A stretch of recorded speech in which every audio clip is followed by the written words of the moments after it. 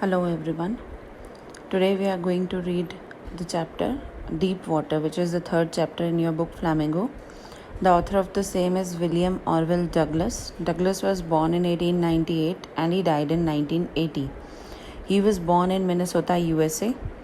He was a leading advocate of individual rights. He also served as a judge at the Supreme Court of USA and retired in 1975 with a distinction of the longest serving judge in the history. He served for 36 years. The following excerpt, which is taken in the following chapter, is taken from his book, which is titled as Of Men and Mountains. When we talk about the summary of the lesson, I am just doing the summary in the beginning since we have already read this chapter. It's a recapitulation of the chapter that we read. So I'll begin with the summary. William O. Douglas had a desire to learn swimming since childhood. When he was 3 to 4 years old, he was knocked down at a beach in California where he was along with his father and he almost buried under a wave. From this incident, he developed a great aversion to water. When he attained the age of 10 or 11 years, he again decided to learn swimming. And for the same purpose, he zeroed in on a pool known as YMCA pool, which was situated at the Yakima River. And he considered it safe since it had a shallow end of about 3 to 4 feet deep. There on the same pool, a misadventure happened with him. While he was sitting alone and waiting for others to come, a big bruiser boy came and he threw Douglas into deep end of the pool. Douglas swallowed water and he went straight down at the bottom of the pool. He tried to struggle in between. He also made a plan to come to the surface of the water and then for this purpose he thought that when he would hit the surface of the water, the inner surface of the water, he would make a big jump like a cock, come to the surface and then paddle to the edge. But his planning proved to be in vain since he was not able to come to the surface of the water. This happened with him 3 times. In the second attempt, he tried to jump upwards, but it was a waste of energy. Terror took a deeper hold on him. During the third trial, he sucked more water instead of air. Light was now going out of his eyes and there was no more panic. Suddenly, he started feeling relaxed and he felt as if he was in the tender arms of his mother. And gradually, his all efforts ceased and he became unconscious. He crossed to oblivion. But a few moments later, he was revived again. He found himself vomiting at the end of the pool. He was in the grip of the fear, and it deprived him of the joys of canoeing, boating, swimming, and fishing for the rest of his life. But he had this urge to overcome this fear and to learn swimming again, so he hired an instructor. The instructor taught him swimming piece by piece. He went to different lakes to swim and found tiny vestiges of fear still gripped him. But he had the strength to challenge the fear and he swam. Swimming up and down the warm lake, he finally overcame his fear of water. He became victorious and he realized the hardest lesson of the life, which is that in death there is peace and there is terror only in the fear of death. And he got reminded of a famous statement of President Roosevelt also, that all we have to fear is fear itself. Now the extensive reading of the chapter. To remind you, William O. Douglas is also the narrator of the story and it's described in his own words. He says, it had happened when I was 10 or 11 years old. उसने second misadventure से begin किया story को by mentioning the second event जब वो 10 या 11 years old था. And he says that he decided to learn to swim. There was a pool at the YMCA in the Yakima River. यहाँ पर उसे एग्जैक्ट वही अपॉर्चुनिटी मिल रही थी जो उसे लगा कि उसका बेस्ट सूटेड ऑप्शन है. Yakima River was treacherous. Treacherous means dangerous, harmful. And his mother also continually warned him against it and kept fresh in his mind the details of each drowning in the river. Past में जितने भी misadventure हुए थे, जितने भी उस river में drowning हुई थी उन सब की डिटेल्स उसकी मदर उसे रिमाइंड कराती रहती, so that he does not think about learning swimming at the Yakima river. But he considered YMCA pool to be safe. उसके अकॉर्डिंग याकिमा रिवर के कंपैरिजन में YMCA पूल सेफ था, since it was just 2 or 3 feet deep in the shallow end, और 9 feet deep वो दूसरे end पर था, which was the deeper end, but the drop was gradual. Gradual means slow and continuous. ऐसा नहीं था कि एकदम से ही डेप्थ इंक्रीज हो जाती. The drop was gradual.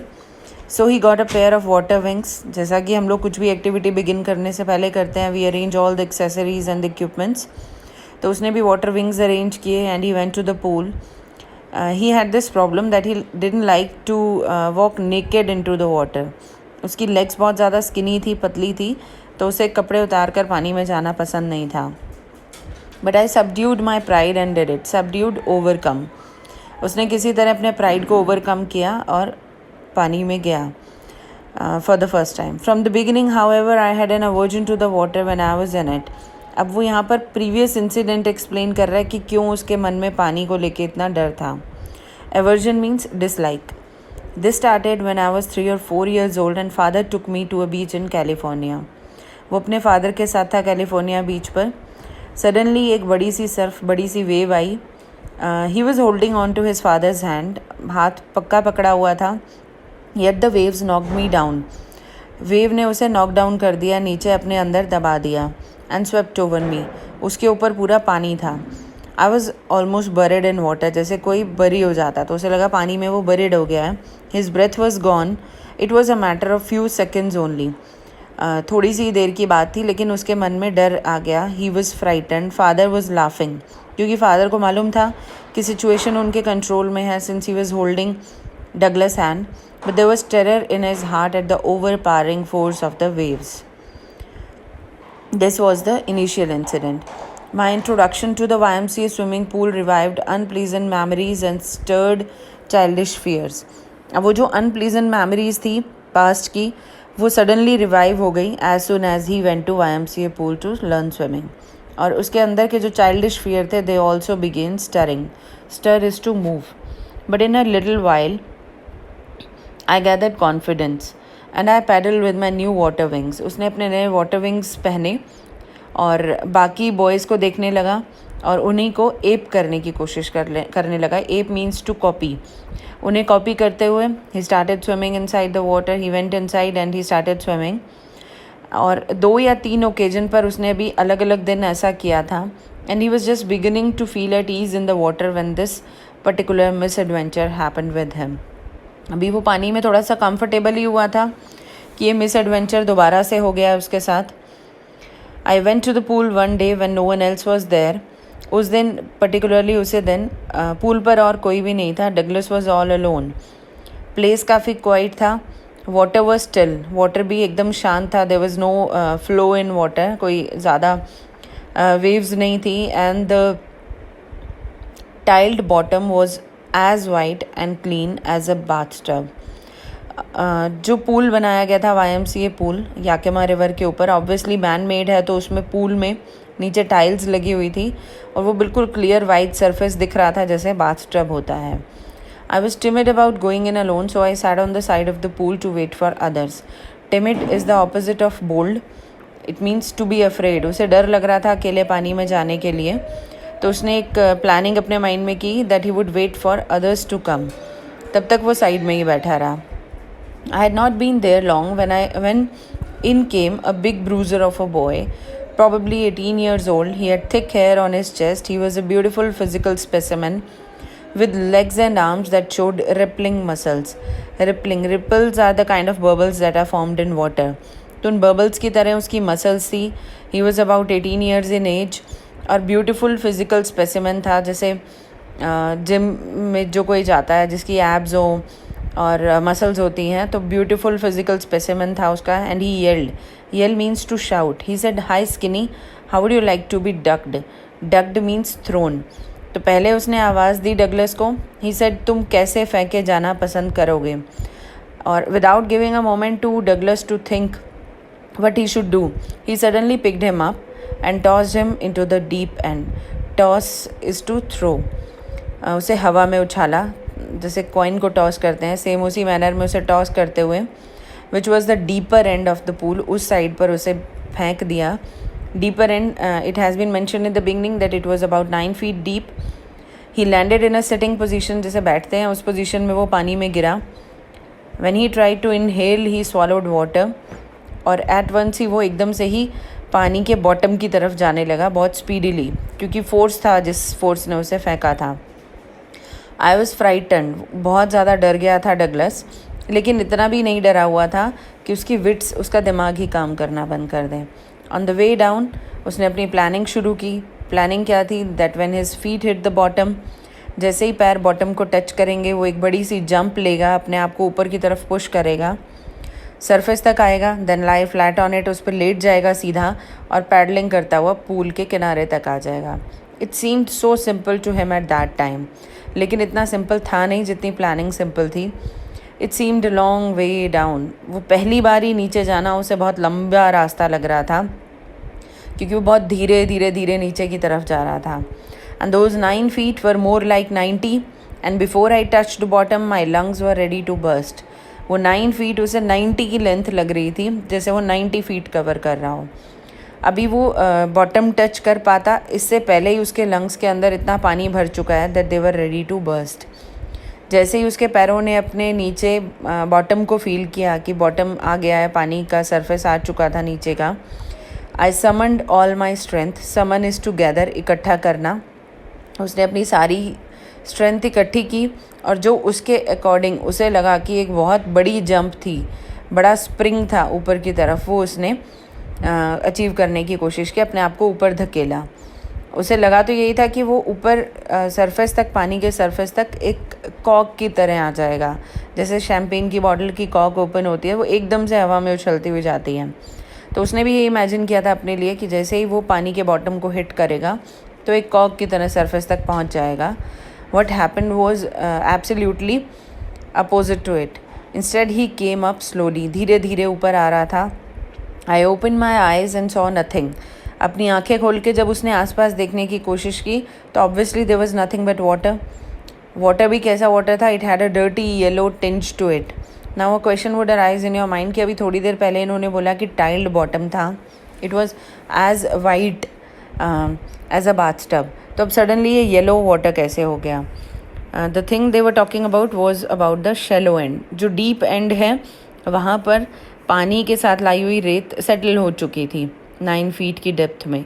तो जब उसे फेंका गया तो उसके प्रेशर के कारण वो डर्ट मिक्स हो गई पानी में and it attend a yellow tinge to it. उसमें एक येलो टिंज, येलो कलर आ गया. उसका पैनिक बढ़ता जा रहा था, डर बढ़ रहा था डगलस का.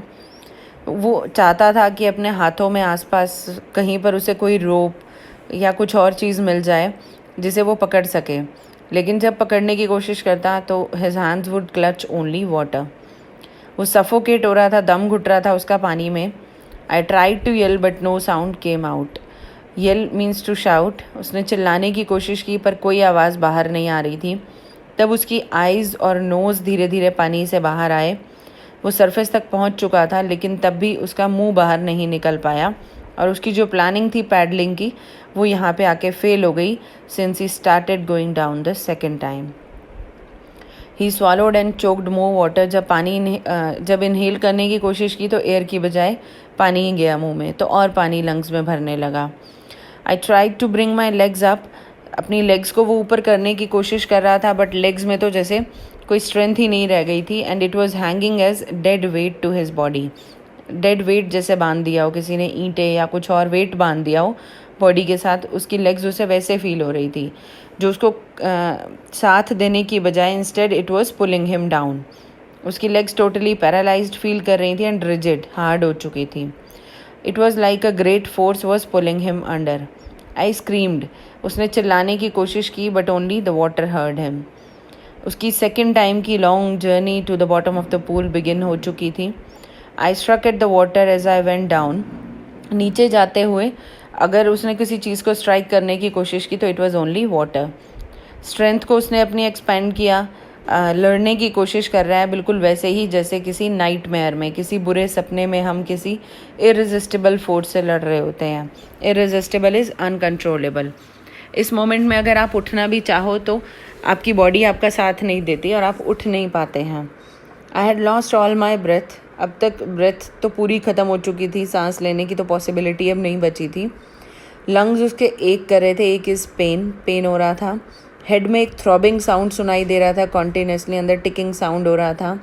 आई वॉज गेटिंग डिजी. उसे नींद आ रही थी, लेकिन अभी भी उसे अपनी स्ट्रैटेजी याद आ गई. द स्ट्रैटेजी वॉज, जैसे ही उसके पैरों के नीचे उसे बॉटम फील होगा, उसे कॉक की तरह सरफेस पर आ जाना है, फिर फ्लैट लेट जाएगा, अपनी आर्म से स्ट्राइक करते हुए कॉर्नर तक पहुंच जाएगा एंड बी सेफ. तो उसे ये प्लानिंग तो बहुत सिंपल लगती, but when he reach the surface of the water बिल्कुल अपोजिट कंडीशन होती थी. He was going down and down endlessly, बिना किसी एंड के, जैसे कोई पानी का एंड ही ना हो, वो नीचे जाता जा रहा था. In between he opened his eyes, लेकिन उसे येलो ग्लो ही दिखा वाटर का and nothing else. It was dark water that one could not see through, जिसमें से आप आर पार कुछ भी नहीं देख सकते, इतना डार्क वाटर था. And then sheer stark terror seized me. Sheer is deep, seize is to take control. तो एक बहुत ज़्यादा डीप टेरर ने उसके ऊपर कंट्रोल कर लिया. टेरर भी कैसा टेरर, अगर आप उस समय टेरराइज फील हो रहे हो तो इट नोज़ नो अंडरस्टैंडिंग काम करना बंद कर देती है. इट नोज़ नो कंट्रोल, कोई कंट्रोल नहीं रहता आपका अपनी बॉडी के ऊपर. And obviously no one can understand who has not experienced it. जिस इंसान ने अपनी ज़िंदगी में कभी ऐसा टेरर एक्सपीरियंस नहीं किया होगा, उसे इस इंसिडेंट पर हंसी आ रही होगी. बट एक्चुअली अगर किसी ने एक्सपीरियंस किया हो, the same person can absolutely relate with Douglas experience. I was shrieking under water. पानी के नीचे वो श्रीक हो रहा था. He was suffocating, he was feeling paralysed under water. उसकी बॉडी स्टिफ और रिजिड हो गई थी. Even the screams in his throat were frozen. अगर उसने चिल्लाने की भी कोशिश की तो वो भी जैसे उसकी थ्रोट में ही इंट्रैप हो गई हैं, कैद होकर रह गई हैं. सिर्फ 2 चीज़ें थी उसकी बॉडी में जो उसे टाइम टू टाइम ये एहसास करा रही थी कि वो ज़िंदा है, अभी मरा नहीं है. इट वॉज हिज हार्ट का बीट होना, and there was this pounding sound in his head. उसके हेड में जो बीच बीच में टिकिंग मूवमेंट हो रहा था, वो बता रहा था कि ज़िंदा है वो. अदरवाइज़ उसकी पूरी बॉडी ने ऐसे गिव अप कर दिया था जैसे वो डेड बॉडी हो. And then in the midst of the terror came a touch of reason. उसे याद आया कि उसे जंप करना है. जैसे ही वो बॉटम को हिट करेगा, सडनली उसे अपने पैरों के नीचे टाइल्स फील भी होने लगी. उसने अपने टोज़ से रीच आउट करने की कोशिश की, जैसे वो उन्हें ग्रैब कर पाए टाइल्स को, और जितनी भी बची हुई स्ट्रेंथ थी उसके साथ उसने दोबारा से जंप किया. But the jump made no difference. कोई फ़र्क नहीं पड़ा इस जंप से. अभी भी उसके चारों तरफ वाटर ही था और वो धीरे धीरे ही ऊपर जा रहा था. अपने हाथों से उसने ढूंढने की कोशिश की कि कोई रोप, लैडर, वाटर विंग या कुछ और हो जो किसी ने उसे बचाने के लिए अंदर फेंका हो. But there was nothing, only water was there. It was a mass of yellow water. पूरा येलो वाटर का बड़ा मास था आसपास, जहाँ दूर तक नज़र जा सके, जितनी भी दूर तक, वो येलो वाटर ही था जिसने डगलस को होल्ड किया हुआ था. टेरर की ग्रिप उसके ऊपर और बढ़ गई, जैसे इलेक्ट्रिसिटी का चार्ज होता है. इलेक्ट्रिसिटी अपने विक्टिम को छोड़ती नहीं है जब तक उसे मार ना दे. तो सिमिलरली उसे वही टेरर, वही डर फील हो रहा था अपने ऊपर भी. He was shaking, he was trembling with fright. डर से काँप रहा था वो. उसकी आर्म्स ने भी काम करना बंद कर दिया था. लेग्स तो पहले से ही नहीं मूव हो रही थी. और उसने किसी को हेल्प के लिए बुलाने की कोशिश की. And the first person whom one recalls in any problematic situation is mother. But nothing happened. And then strangely उसे लाइट दिखने लगी सरफेस पर. वो उस ऑफुल येलो वाटर से बाहर आ रहा था. एटलीस्ट उसकी आइज़ तो आ रही थी बाहर, हल्की हल्की आइज़ निकली, नोज़ भी थोड़ा बहुत निकला. बट अगेन वही सेकेंड टाइम वाली situation, his mouth did not come out. और फिर उसकी थर्ड टाइम की जर्नी बिगिन हो गई नीचे की. एयर के लिए उसने सक करने की कोशिश की. He inhaled more water and the yellowish light was going out. वो लाइट भी अब फेड होने लगी. Then all efforts ceased. अब थर्ड टाइम के लिए तो ना तो उसके माइंड में प्लानिंग के लिए स्ट्रेंथ बची थी, ना ही ये सोचने के लिए कि वो किस तरह से नीचे जा रहा था. उसकी बॉडी के सभी एफर्ट्स सीज हो गए. Cease means to stop. सभी बॉडी पार्ट्स ने काम करना बंद कर दिया. रिलैक्स फील करने लगा। सडनली उसकी बॉडी एकदम रिलैक्स होने लगी। लेग्स भी उसकी लिम्प हो गई थी विदाउट एनी फीलिंग। एक ब्लैकनेस आ गई उसके दिमाग पर, कुछ भी थॉट्स नहीं थे माइंड में, it was only deep blackness. सारा फियर ख़त्म हो गया। It wiped out terror also, डर भी नहीं बचा था, और डर तो क्या पैनिक भी नहीं। ये तीनों फॉर्म है फियर की। फियर फर्स्ट फॉर्म है, जब फियर और बढ़ता है तो वो टेरर हो जाता है, और टेरर से और आगे बढ़ के पैनिक। अभी पैनिक वाली सिचुएशन भी ख़त्म हो चुकी थी। It was quiet and peaceful, सब कुछ पीसफुल फील हो रहा था, कुछ डरने के लिए था ही नहीं। This all thing look to him nice, to be drowsy, to go to sleep. Drowsy feel करना, नींद आना, कोई जंप करने की नीड नहीं है। In fact he is too tired to jump करने के लिए बहुत ज़्यादा थक चुका था। तो जैसे पानी का फ्लो उसे अपने साथ जेंटली ले जा रहा है, वो उसके साथ जाना चाहता था। To float along in space, जैसे हम स्पेस में फ्लोट करते हैं। Tender arms around me, tender means soft, जैसे मदर की सॉफ्ट आर्म्स होती हैं, ऐसी आर्म्स उसे अपने आसपास फील हो रही थी, जैसे मदर ने उसे अपनी गोद में बैठा रखा हो। And he felt like he must go to sleep, अब उसे सो जाना चाहिए। और जब वो सो गया तो उसके लिए उसने एक वर्ड यूज़ किया, I cross to oblivion. Oblivion is a fine line between life and death. तो लाइफ और डेथ के बीच की जो लाइन थी वो उसने क्रॉस कर ली, and the curtain of life fell. Life का कर्टन यहाँ गिर गया। But it is not possible since we know that it's an autobiographical account.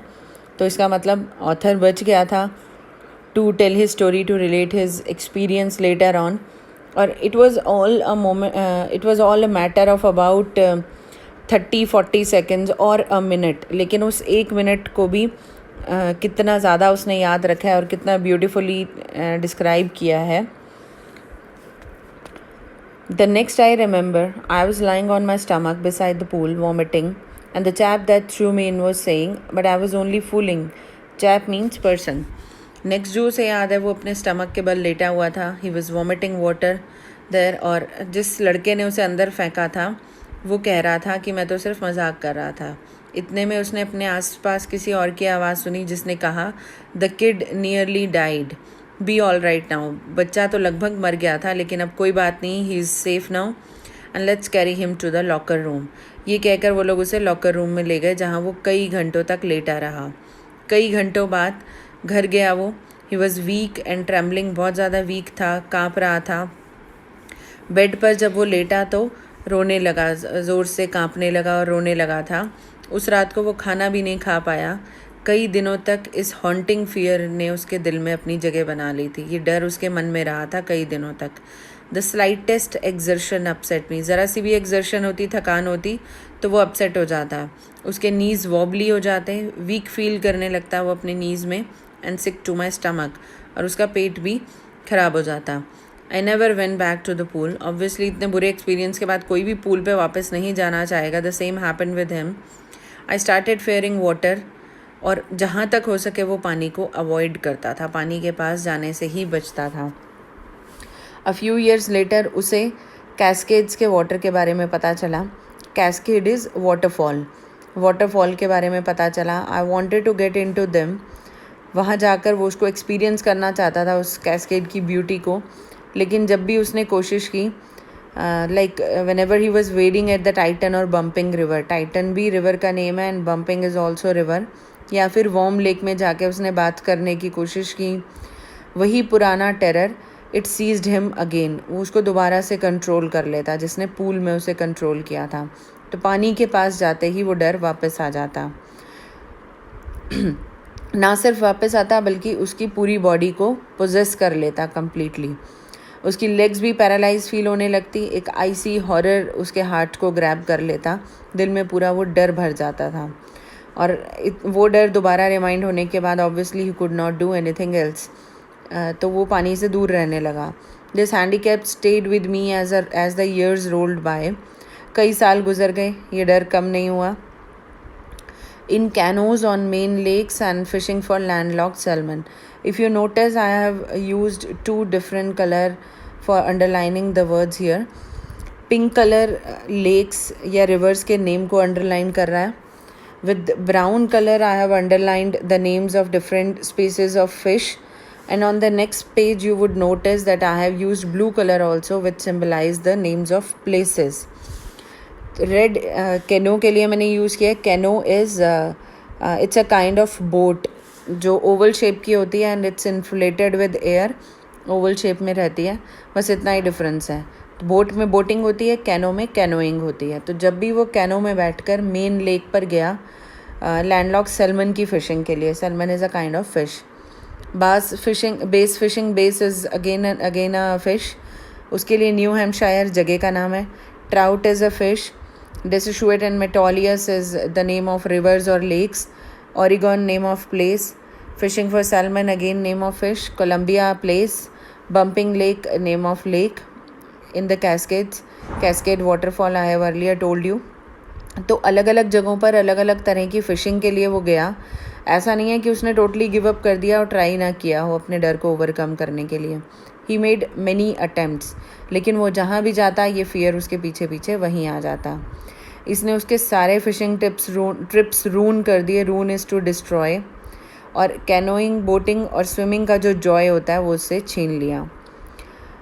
हर तरीके से उसने कोशिश की, जो भी तरीका हो सकता था इस फियर को ओवरकम करने का, लेकिन इस डर ने तो जैसे उसे फर्मली अपनी ग्रिप में पकड़ रखा हो.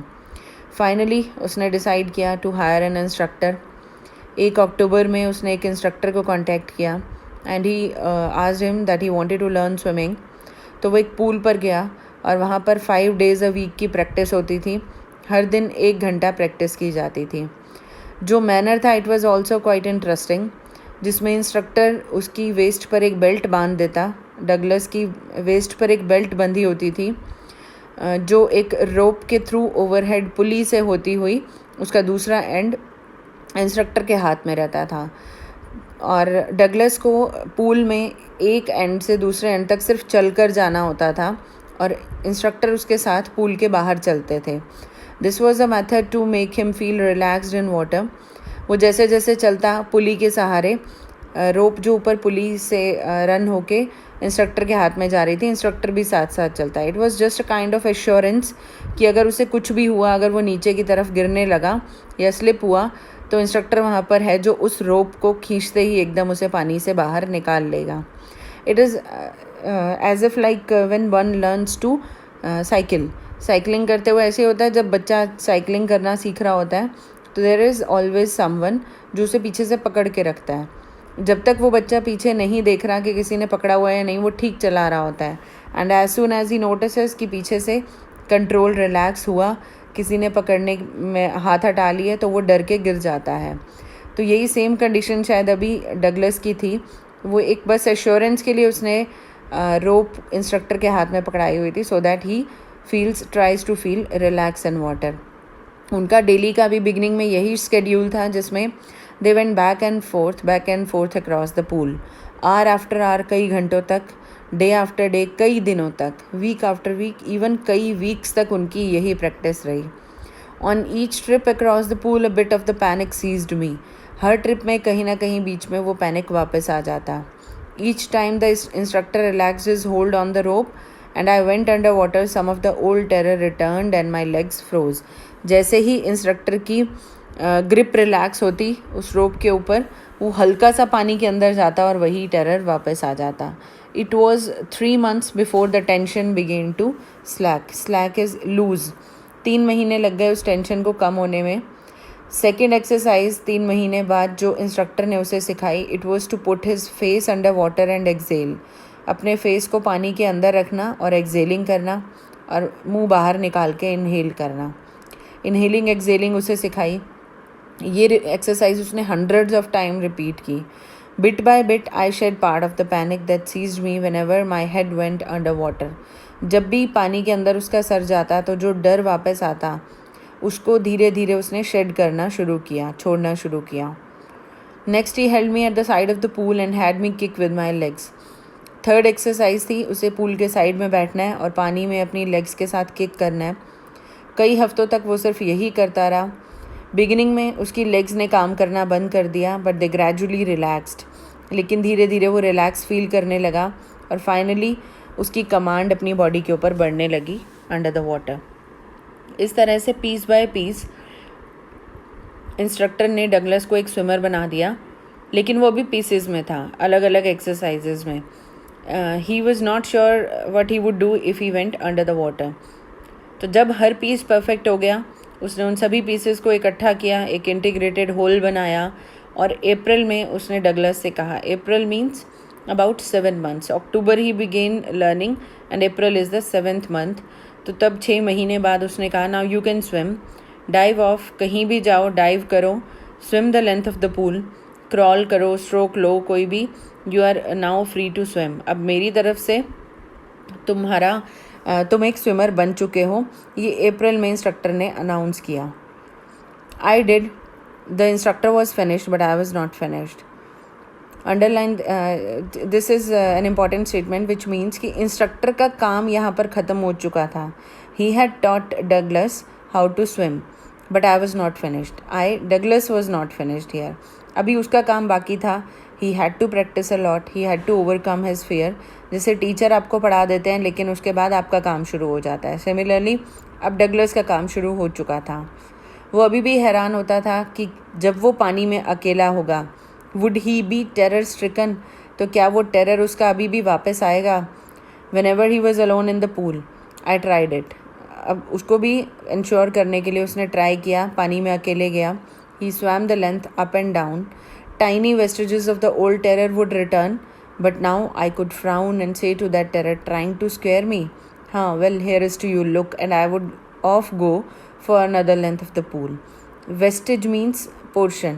Tiny portions, अभी भी थोड़े थोड़े remaining parts उसके अंदर डर के बाकी थे. तो जब भी वो पूल के बीच में होता, वो डर वापस आ जाता, लेकिन अब उसके अंदर इतनी स्ट्रेंथ थी कि वो अपने उस डर के ऊपर गुस्सा दिखाता और उससे कहता कि तुम क्या करना चाहते हो टेरर, मुझे डरा रहे हो. और ये कह के वो पूल की लेंथ कंप्लीट करता. And this went on until July तक, और 3 months तक यही चलता रहा.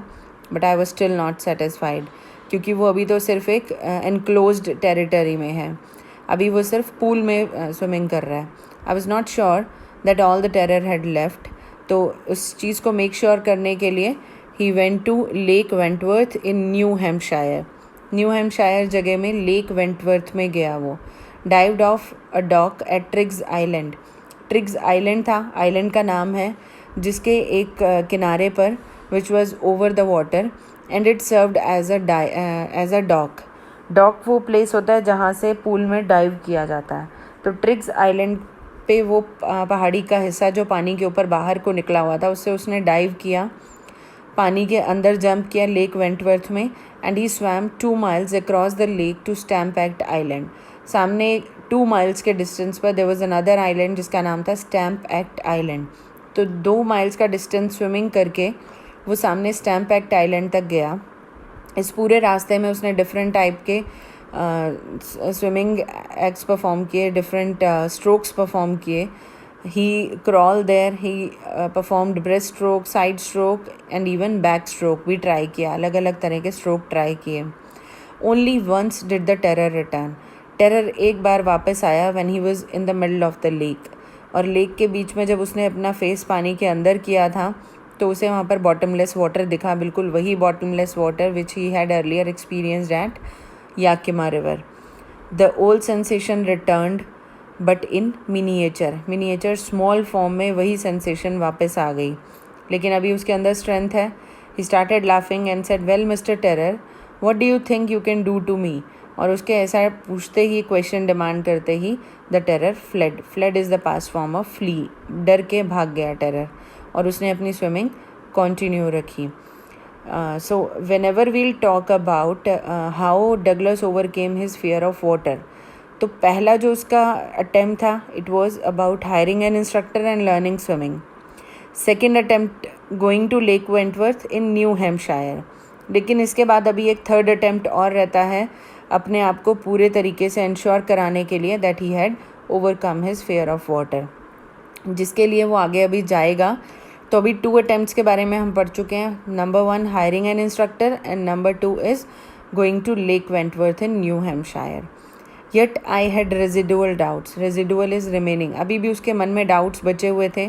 तो जैसे ही उसे पहली अपॉर्चुनिटी मिली वो वेस्ट डायरेक्शन में टाइटन रिवर से होता हुआ कॉनरेड मीडोज तक गया। Meadow is green grass land. वहाँ से कॉनरेड क्रीक ट्रेल से होते हुए Meade glacier, Conrad creek trail mountaineering की और माउंटेन तक ऊपर चढ़ा। वहाँ पर आगे मीड ग्लेशियर था। ग्लेशियर में उसने वहाँ पर रात को मीडोज़ में ही कैंप किया by the side of warm lake. रात को कैंप लगा कर रुका वहाँ पर, क्योंकि पहुँचते पहुँचते शाम हो चुकी थी। उसका प्लान था नेक्स्ट डे स्विमिंग करने का। The next morning I stripped is to take off his clothes. उसने अपने कपड़े उतारे, डाइव किया लेक में और दूसरे एंड तक स्विमिंग करते हुए गया और वापस आया। Just as Dog Corpan use to do. एक फेमस स्विमर है डॉग कॉर्पन, वो भी ऐसा ही किया करते थे, मीड ग्लेशियर पर जाकर स्विमिंग करना। तो similar act was attempted by Douglas. He shouted with joy and Gilbert Peak return the echo. जब वापस आया और उसे फील हुआ कि उसने अपने डर को ओवरकम कर लिया, तो वो ज़ोर से शाउट किया उसने जॉय में, और सामने गिलबर्ट पीक थी, एक और पहाड़ था जहाँ से उसकी आवाज़ टकरा कर वापस एको हुई, गूंज के वापस आई। I had conquered my fear of water. Conquer is to win over. उसने अपने फियर को जीत लिया था।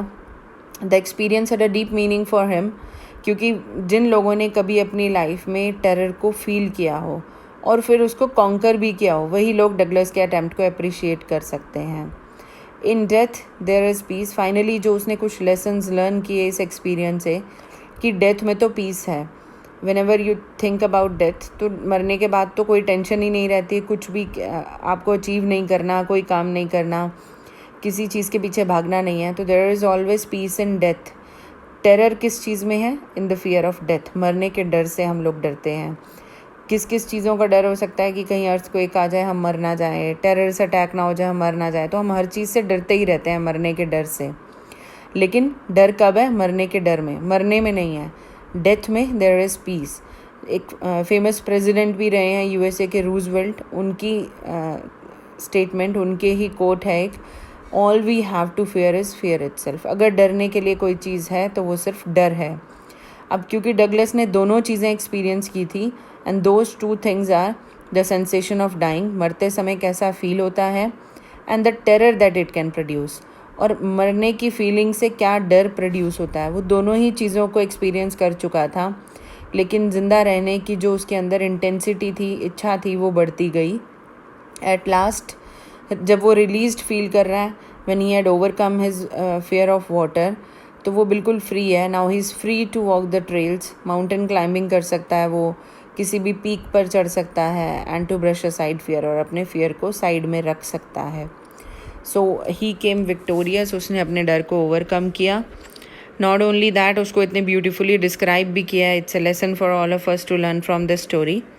It was just a recapitulation of the story that we have already read. So I hope you have understood the meaning of the whole chapter now. Thank you.